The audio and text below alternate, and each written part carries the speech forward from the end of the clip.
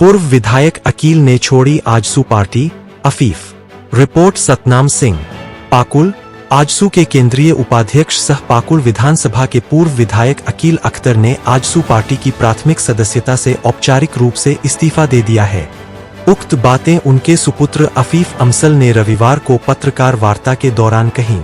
Afif अमसल ने बताया कि जब से आजसू पार्टी में पूर्व विधायक अकील अख्तर ने कदम रखी थी, तब से यहाँ की जनता बार बार पार्टी को छोड़कर निर्दलीय चुनाव लड़ने की बात कह रहे थे, जिसको नजर में रखते हुए एवं लोगों की प्रतिक्रिया को प्राथमिकता देते हुए अकील अख्तर ने आजसू पार्टी छोड़ने का निर्णय लिया है। पाकुड़ विधानसभा क्षेत्र के दबे कुचले लोगों का आवाज बनने के लिए व क्षेत्र में जो जरूरी विकास के मुद्दे हैं, उन पिलरों को खड़ा करने के लिए अकील अख्तर ने विधानसभा चुनाव लड़ने का फैसला लिया है, चाहे वह किसी दल से और चाहे वह निर्दलीय उम्मीदवार के तौर से। अफीफ ने पूर्व मंत्री आलमगीर आलम के कार्यकाल को चर्चा करते हुए बताया कि पूर्व मंत्री ने क्षेत्र में जो असमंजसता फैलाई थी, उसका फल वह भुगत रहे हैं। अफीफ ने क्षेत्र की समस्याओं को अवगत कराते हुए कहा कि पाकुड़ में स्वास्थ्य व्यवस्था बेहद ही दयनीय है। क्षेत्र में ढंग का अस्पताल न होने के कारण यहाँ की जनता को मजबूरन बेहतर इलाज के लिए बंगाल जाना पड़ रहा है। युवा जीवन यापन करने के अन्य राज्यों में पलायन कर रहे हैं।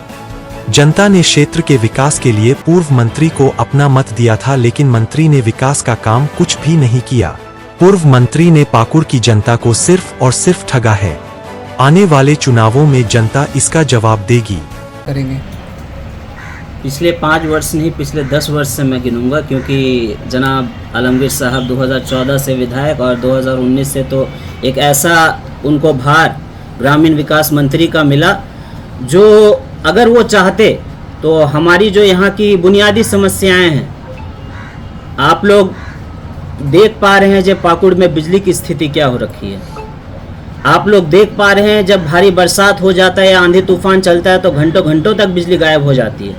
आप लोग अच्छे से देख पा रहे हैं जब भारी वर्षा होती है तो रास्तों में कैसे गड्ढे बनते हैं और पानी का जमावड़ा होता है। उसको छोड़िए, यहाँ पे हमारे बाल बच्चों की भविष्य के लिए अगर हम सोचेंगे कि वहाँ पे जाके हम पढ़ाई लिखाई करवाएंगे तो वैसी हम लोग को सुविधाएं नहीं दिख पा रहा है कि हम अपने बच्चों को उन स्कूलों में, उन संस्थानों में पढ़ा लिखा सकें। हमारे युवक भाई यहाँ पे जो ये सपना पाल के बैठते हैं कि जिस माँ बाप ने हमको पढ़ाने के लिए, लिखाने के लिए अपना पूरा ज़िंदगी ताक पे रख के ज़िंदगी कमाई हमारे पीछे खर्चा कर दिया, जब वो बच्चा सपना देखता है कि आज मैं पढ़ लिख कर कुछ खट कर कमा कर अपने माँ बाप की सेवा करूँगा, तो उसके लिए भी यहाँ पे वो सुविधा नहीं दी गई है। चाहे फैक्ट्री के रूप में बोले या अच्छे वैसे संस्थानों में बोले, जहाँ पे अपने माँ बाप के साथ रहकर, उनके पास रहकर कमाकर अपने माँ बाप को खिला सके। और उससे भी बढ़कर सबसे जो एक यहाँ के लोगों को दुख होना चाहिए कि जिस व्यक्ति ने यहाँ पे 20 साल तक नेतृत्व किया, वहाँ पे आज तक ऐसा एक अस्पताल नहीं बना सका जहाँ पे यहाँ के लोग जाकर अपना इलाज करा सके, जहाँ पर यहाँ के माँ बहनें न जाने रास्ते में कितनी जानें चली गई ये डिलीवरी के समय या अपने इलाज के दौरान। अगर वो अस्पताल हमारे इस इलाके में होता तो माँ बहनों को, बूढ़ों को यहाँ से अन्य राज्य में जाने के लिए वो विवश नहीं होते। तो यही सारी समस्याएं हैं जो हम लोग की प्राथमिकता रहेगी, और ऊपर वाले ने अगर मौका दिया और अगर हम लोग को यहाँ की जनता दोबारा मौका देती है तो इन्हीं सब समस्याओं से हम यहाँ के लोगों की सेवा करना चाहेंगे और इन समस्याओं को दूर करने की कोशिश करेंगे। जी बिल्कुल सही बात है। मैं यही बोलना चाहता हूँ कि यहाँ के लोगों की जो प्राथमिक मांग थी, इनकी जो इच्छा थी, वो लोग अपने इस नेता को, जनाब अकील अख्तर साहब को, इस दल से अलग देखना चाह रहे थे। उनकी जो प्राथमिक मांग थी, इसीलिए उनको अब ये विश्वास होने जा रहा है और लगभग हो गया है कि जनाब अकील अख्तर साहब ने आजसू पार्टी से अपना दरकिनार किया है और इस बार आगामी चुनाव में वो दूसरे दल से ही चुनाव लड़ेंगे।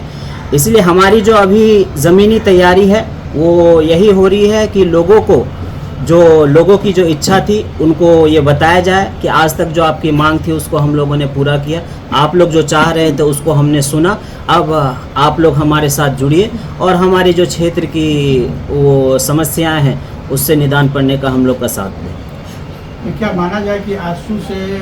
अकील अख्तर साहब या उनका जितना कार्यकर्ता थे वो आजसू छोड़ चुके हैं? ये अधिकृत मैं अभी नहीं कर सकता हूँ, क्योंकि लेकिन इस चीज़ को आप मान के चल सकते हैं, क्योंकि जनाब वकील अख्तर साहब ने खुद अपने मुंह से इस चीज़ को माना है और सार्वजनिक पटल पर रखने का काम किया है कि जिस तरफ मेरी जनता है, जिस तरफ आवाम है, जिस तरफ वोटर है, मैं भी उसी तरफ खड़ा हूँ। जनता तो अभी दिग्भ्रमित है। नहीं, दिग्भ्रमित होने की ज़रूरत नहीं है। जहाँ पे आपके पीछे 40,000 आपको चाहने वाले यहाँ के वोटर खड़े हुए हैं, अगर 40,000 से बढ़कर आप और भी संख्या लोग इस चीज़ की मांग करते हैं और ये इच्छा रखते हैं कि आप पुनः जीतकर अपने क्षेत्र का, अपने समाज का विकास कर सके, तो उसको सुना जाएगा, उस आवाज़ को सुना जाएगा। सत्ता पक्ष की ओर से लगातार यह आरोप लग रहा है पूर्व विधायक पर कि जब सुख दुख की घड़ी आती है तो पूर्व विधायक अधिकतर विदेशों में रहते हैं,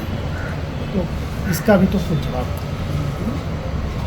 देखिए, सत्ता पक्ष अगर ये आरोप लगा रही है तो ये बिल्कुल निराधार है, क्योंकि आप लोग पत्रकारिता से और मीडिया से संबंध रखते हैं तो आप लोग को बखूबी इस चीज़ से अवगत होंगे कि जनाब वकील अख्तर साहब ने 2009 से 14 के बीच में जो इस क्षेत्र के लिए, पाकुड़ विधानसभा के लिए जो काम किया था,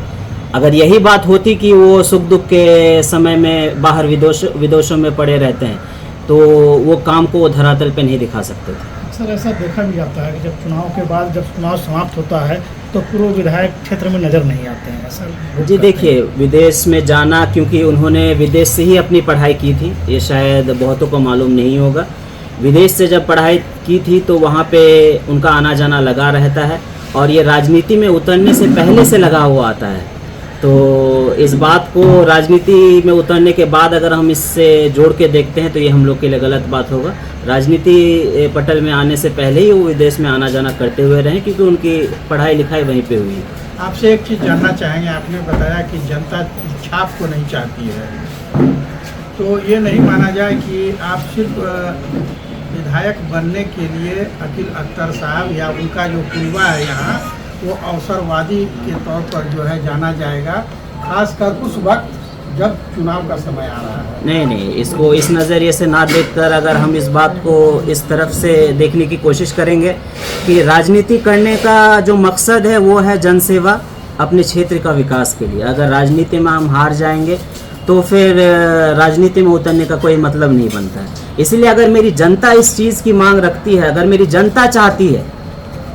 और मैं अगर जनता की आवाज़ को नकार देता हूँ तो फिर मुझे वो मौका नहीं मिलेगा जो मैं इस क्षेत्र के लिए करना चाहता हूँ। एक तरह से आप मानते हैं कि वकील अख्तर साहब जो आजसू का दामन थामा था वो उनकी भूल थी, वो जनता की नब्ज को नहीं पकड़ पाए। नहीं। अब देखिए, 2019 में आप लोग को बखूबी मालूम होगा कि वो इलेक्शन की घोषणा होने से एक माह पहले तक वो जेएमएम में ही थे, लेकिन जेएमएम ने हम लोग के साथ जो उस वक्त व्यवहार किया था कि अंत मोमेंट तक हम लोग को ये विश्वास दिलाया गया था कि जनाब वकील अख्तर साहब को यहाँ से टिकट मिलने वाला है, लेकिन नहीं दिया गया था, जिसके कारण उनके पास दो ही ऑप्शन था, या तो वो चुनाव लड़ते या फिर वो घर में बैठ जाते। तो लोगों की उस वक्त, क्योंकि आजसू पार्टी हमारे सुदेश महतो जी के साथ उनका एक अच्छा रिश्ता था, क्योंकि जब वो विधायक थे तब सुदेश महतो साहब ग्रामीण विकास मंत्री थे, तो उन्होंने यहाँ पे आकर काम करने का काम किया था। लेकिन यहाँ के लोग, हमारे जो यहाँ की जनता है, उस चीज़ को समझ नहीं पाए, क्योंकि यहाँ के जो हमारे वर्तमान और जनप्रतिनिधि रहे, उन्होंने यहाँ पे बस इसी चीज़ को लोगों के दिमाग में डालने का काम किया था कि आप अगर कांग्रेस या आप अगर फलाना पार्टी को छोड़कर किसी अन्य दल को वोट देने जाते हैं तो आप लोग को जो ये सब समस्याएं हैं इनसे दूर रखकर दूसरी तरफ इन लोगों का ध्यान भटकाने का काम किया गया था। इस क्षेत्र में क्या मैंने जो मुस्लिम समाज है पाकुड़ विधानसभा में आजसू और बीजेपी को पसंद नहीं करती, क्या मुख्य कारण नहीं माना जाएगा? देखिए, यहाँ की आबादी जो हमारे पाकुड़ विधानसभा की है वो लगभग 70% की है, और यहाँ के लोगों को आज तक इतना मतलब इन लोग का ब्रेन वॉश किया गया है कि आप लोग का सेवा, आप लोग का उत्थान सिर्फ यहाँ पे कोई दल और कोई छाप ही कर सकता, कोई व्यक्ति नहीं कर सकता। इसी तरीके से यहाँ के जो हमारे अभी वर्तमान विधायक साहब हैं, इन्होंने यहाँ पे 20 साल से जो अपना कार्यकाल लोगों को दिखाया है, उस कार्यकाल से यहाँ की जनता बहुत ही निराश है और अभी हताशा की स्थिति में पहुँचकर लोग अपना जो उनका जो दुख है, उनका दर्द है, उनका जो आवेग है वो सामने प्रकट कर रहा है। इसीलिए पूर्व विधायक जनाब अकील अख्तर के सामने उन्होंने अपनी मांग रखी थी कि अगर आप इस दल को छोड़कर किसी अन्य दल में जाते हैं तो हम लोग अपना पूरा जन समर्थन आपको देंगे और आपको पुनः जिताने का काम करेंगे। तो इस बार कौन से दल से आप लोग ये कर रहे हैं? जी, ये मेरे लिए अभी बोलना बहुत जल्दी हो जाएगा, इसीलिए मैं आप सभी मीडिया बंधुओं से दरख्वास्त करूंगा कि थोड़ा सा और सब्र रखकर इस चीज़ की घोषणा हमारे पूर्व विधायक जनाब अकील अख्तर साहब खुद अपने मुंह से करेंगे कि किस दल से वो आगामी चुनाव लड़ने जा रहे हैं। इसलिए मैं आप सबसे थोड़ा और सब्र बना के रखने की उम्मीद रखता हूँ। टीएमसी की चर्चा जोरों पर है। जी, चर्चाएं तो आप टीएमसी का बोल रहे हैं तो चर्चाएं कांग्रेस से भी हो रही है, चर्चाएं एआईएमएम से भी हो रही है, चर्चाएं सब अपने जो जनता जो यहाँ पे राजनीति से थोड़ी समझ रखते हैं वो लोग अपने अपने तौर तरीके से उस पार्टी से, उस दल से अपने नेता को देखना चाहते हैं। इसलिए इसमें मैं ज़्यादा टिप्पणी नहीं करना चाहूँगा। मेरे नेता, हमारे नेता जनाब अकील अख्तर साहब को जहाँ पे ये महसूस होगा कि उस दल से जुड़कर मैं अपने लोगों की सेवा कर पाऊँगा, उसी दल में जाने की हम लोग काम करेंगे। चुनाव आयोग का तैयारी है कि अगले अक्टूबर तक चुनाव करा देंगे, बीच में 3 महीना बचा है, अभी तक आप लोग डिसाइड नहीं किए हैं कि किस पार्टी से लड़ना है, तो क्या 2 से 3 महीना में आप उतना स्टंट कर पाएंगे और क्या माने एक विधायक के रूप में